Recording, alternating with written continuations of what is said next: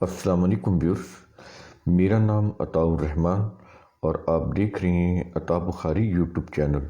قرآن کریم کی مسلسل ایکسپوزیشن کے سلسلے میں آج ہم سورہ البقرہ کی آیت نمبر 233 اس کی ایکسپوزیشن کریں گے۔ تو ذرا اس کو پیچھے سے ریکیپ کرتے ہیں کہ پچھلی آیات میں طلاق اور عدت کا قانون بیان کیا گیا ہے۔ اس 233 نمبر کی آیت میں یہ قانون بیان کیا جا رہا ہے کہ عورت کو طلاق ہو جائے اور اس کا دودھ پیتا بچہ ہو تو اب کیا صورتحال ہے۔ ہم نے یہ آپ کو بتایا تھا کہ پچھلی آیات کے اندر طلاق اور اس کی جو عدت ہے اس کا قانون بیان کیا گیا، اور اب بات یہ ہو رہی ہے کہ آگے چل کے یہ معاملہ بھی ہو سکتا ہے کہ عورت کا بچہ ہو اور اس میں طلاق ہو جائے تو پھر اور بچہ دودھ پی رہا ہو تو اب کیا صورتحال ہے، کیا قانون ہوگا۔ تو یہاں پر یہ چیز بتائی جا رہی ہے کہ والد کی خواہش ہو کہ اس بچے کی دودھ پینے کی جو مدت ہے وہ پوری کی جائے۔ تو اس سلسلے میں قرآن کیا کہتا ہے، تو کتنی مدت مقرر کرتا ہے۔ دیکھ لیں، یہ قانونی بات ہو رہی ہے۔ بچے کو دودھ کتنا عرصہ پلانا ہے یہ تو ماں کی خواہش ہوتی ہے، والد کی بھی خواہش ہوتی ہے، تو اس میں کوئی قرآن لمیٹیشن مقرر نہیں کرتا۔ مسئلہ اس وقت پیدا ہوگا کہ جب بچہ دودھ پی رہا ہو اور اس کی والدہ کو طلاق ہو جائے، بچے کی والدہ کو، تو اس صورت میں پھر جو قانونی طور کے اوپر کتنی مدت کی ذمہ داری قرآن عائد کرتا ہے بچے کے والد کے اوپر۔ تو یہ قانونی معاملہ ہے۔ اگر وہ والدہ خود اپنی مرضی سے دودھ پلانا چاہے تو وہ چاہے وہ 1.5 سال پلائے، 2 سال پلائے، 3 سال پلائے، 2.5 سال پلائے، تو کوئی مسئلہ نہیں ہے۔ والد اور والدہ دونوں رہ رہے ہیں، اپنی میریٹل لائف گزار رہے ہیں۔ وہ بچے کو 2.5 سال دودھ پلا دیں، 2.25 سال دودھ پلا دیں، قرآن کریم وہاں پر کوئی لمیٹیشن عائد نہیں کرتا۔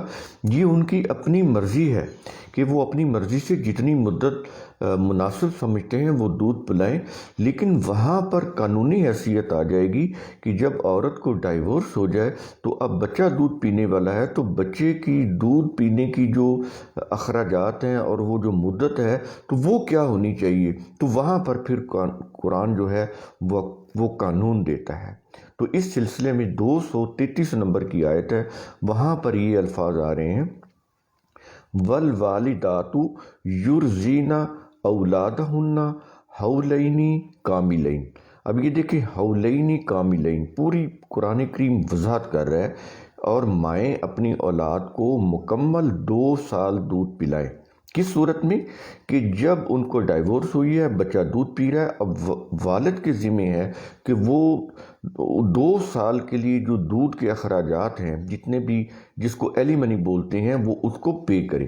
تو اس لیے قرآن کریم مدت مقرر کر رہا ہے، حولین کاملین، 2 سال دودھ پلائیں۔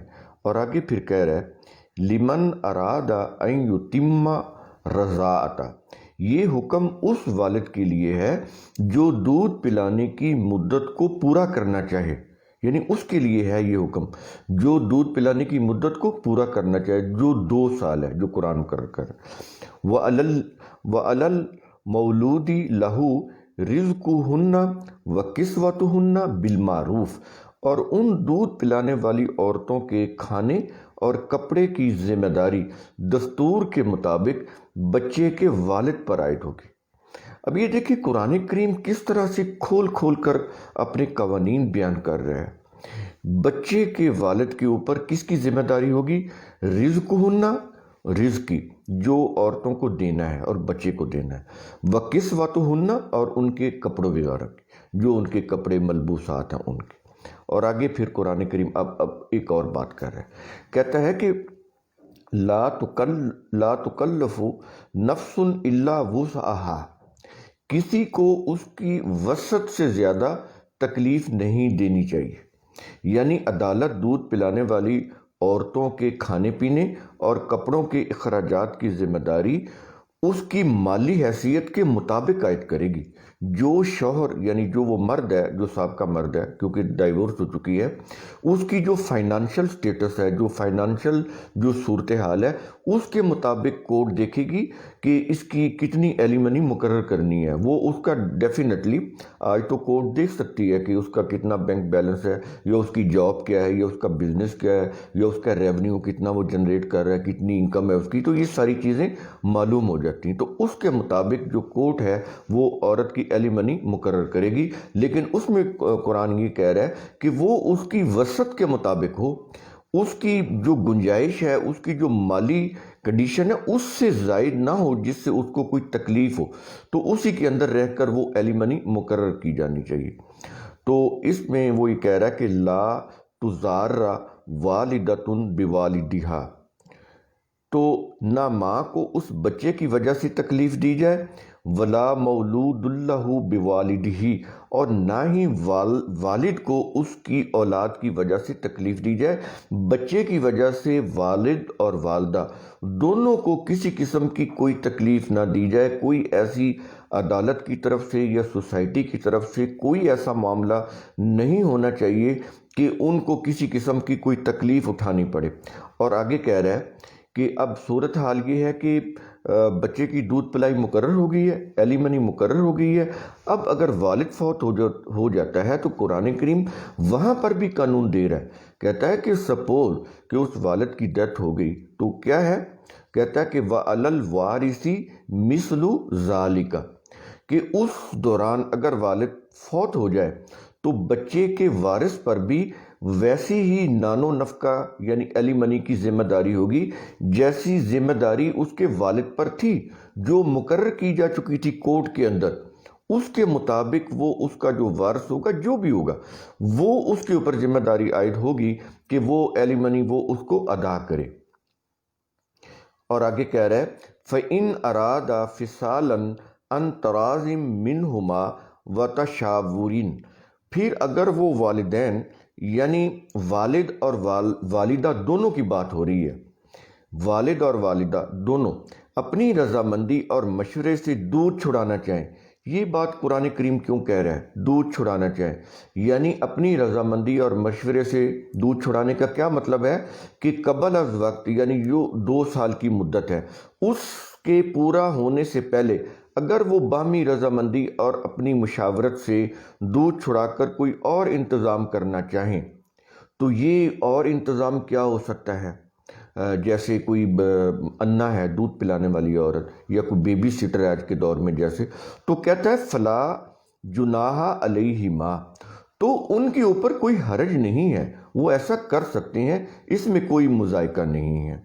اور آگے کہہ رہا ہے وَإِنْ أَرَدْتُمْ أَن تَسْتَرْضِعُوا أَوْلَادَكُمْ، اور اگر تم کسی اور سے اپنی اولاد کو دودھ پلانا چاہو، جیسے ابھی بتایا، یعنی کوئی انا ہے، کوئی بیبی سٹر ہے، تو یعنی بچے کی والدہ کی بجائے کسی اور سے دودھ پلانا، کسی انا سے یا بیبی سٹر سے، تو کہتا ہے فلا جناح علیکم، تو اس میں بھی تمہارے اوپر کوئی نقصان نہیں ہے، کوئی مذائقہ نہیں ہے، تم ایسا کر سکتے ہو۔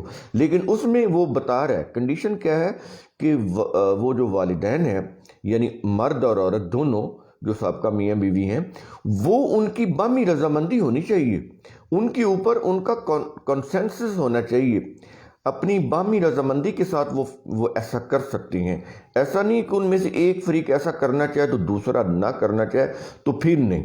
وہ کہتا ہے کہ میوچل کنسنٹ کے ساتھ تم یہ کر سکتے ہو کہ کسی انا سے دودھ پلوا سکتے ہو، تو اس میں کہتا ہے کوئی حرج نہیں ہے، لیکن کنڈیشن بتا رہا ہے کہ دونوں کی رضامندی ہونی چاہیے۔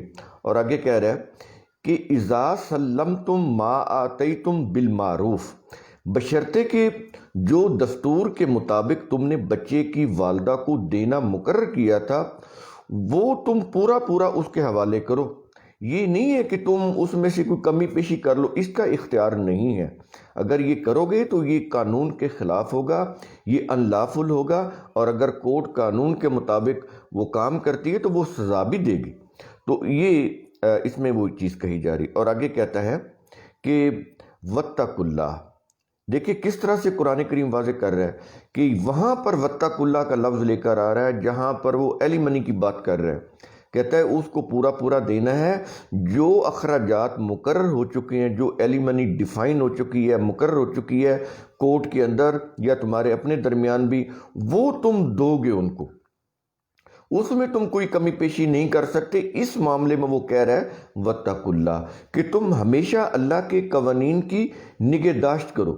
نگہداشت کا مطلب کیا ہوتا ہے؟ ان کی کیئر کرو، کہ تم نے ان کو فالو کرنا ہے، اس میں کسی قسم کی کوئی اپنے آپ کے اندر کوئی سستی نہیں لانی کہ ان قوانین کو فالو کرتے ہوئے تم کو ریلیکس ہو جاؤ، بالکل نہیں، ان کو ایسے ہی ادا کرنا ہے جیسے تمہیں دیے گئے ہیں۔ تو اس کی خلاف ورزی کے جو تباہ کن انجام ہے، تم اس برے انجام سے اپنے آپ کو محفوظ رکھو۔ یہ ہے واتقوا اللہ، جس کا وہ ترجمہ کیا ہوتا ہے کہ پرہیزگاری اختیار کرو۔ یہ اس سے بات سمجھ نہیں آتی روایتی تراجم سے، تو یہ ہوتا ہے واتقوا اللہ کے معنی۔ اور اس کے بعد یہ کہہ رہا ہے کہ یہاں پر تقوی کا حکم اس لیے دیا جا رہا ہے کہ قانون کی پابندی جو ہم یہاں پر دے رہے ہیں، اور دوسرے بھی جو قوانین کا قرآن کے اندر دیے وہ بھی یہاں پر چونکہ فیملیز لا دیے جا رہے ہیں، تو کہتا ہے کہ قانون کی جو پابندی ہے وہ نہ تو رسمی طور پر ہونی چاہیے دکھاوے کے طور پر، نہ ہی قانون سے بچنے کے لیے تم کوئی ہیلے بہانے تلاش کرنے لگ جاؤ کہ یوں ایسا کو کر دیں تو ایسی ذمہ داری سے جان چھوٹ جائے۔ کہتا ہے ایسا نہیں کرنا، جو تم نے ایلی منی مقرر کی ہوئی ہے تمہارے لیے وہ تم نے ادا کرنی ہے۔ آگے کہہ رہا ہے وَاعْلَمُوا أَنَّ اللَّهَ بِمَا تَعْمَلُونَ بَصِيرٌ، اور جان لو کہ جو تم کرتے ہو وہ اللہ کا قانون مکافات عمل جو ہے وہ اس کے اوپر نظر رکھے ہوئے ہے۔ تمہارا ہر ارادہ، تمہارا ہر عمل، اس کے اوپر اس کی نظر ہوتی ہے، وہ ریکارڈ بھی ہو رہے ہوتے ہیں، وہ نتائج بھی مرتب کر رہے ہوتے ہیں۔ اگر تم قوانین کی پابندی کرو گے تو نتائج اچھے نکلیں گے، اگر ان قوانین کی وائلیشن کرو گے تو پھر ان کے جو نتائج ہیں وہ انتہائی ڈسٹرکٹیو تباہ کن ہوں گے، جس سے تمہیں بھی نقصان ہوگا اور آگے سوسائٹی میں بھی یہ جو چیز ہے وہ نقصان کا باعث بنے گی۔ تو قرآن کریم کا اصول ثم تتفکروا، اس کی روح سے آپ خود بھی سوچا کریں، سمجھا کریں، تدبر کیا کریں۔ قرآن کے یہ جو قوانین، ان کو سمجھنے کے بعد آپ کو اتنا اندازہ ہو گیا ہوگا کہ یہ جو کتاب اللہ ہے یہ ثواب کی نیت سے پڑھنے کی کتاب نہیں ہے، یہ لا کی کتاب ہے، اس قانون کی، اس کریٹر کی جس نے پوری یونیورس پیدا کی اور انسانوں کو پیدا کیا۔ یہ اس کے قوانین ہیں، یہ ثواب کی روح سے نہیں بلکہ عقل و فکر کی روح سے سمجھنے اور تدبر کرنے کے لیے ہیں۔ شکریہ۔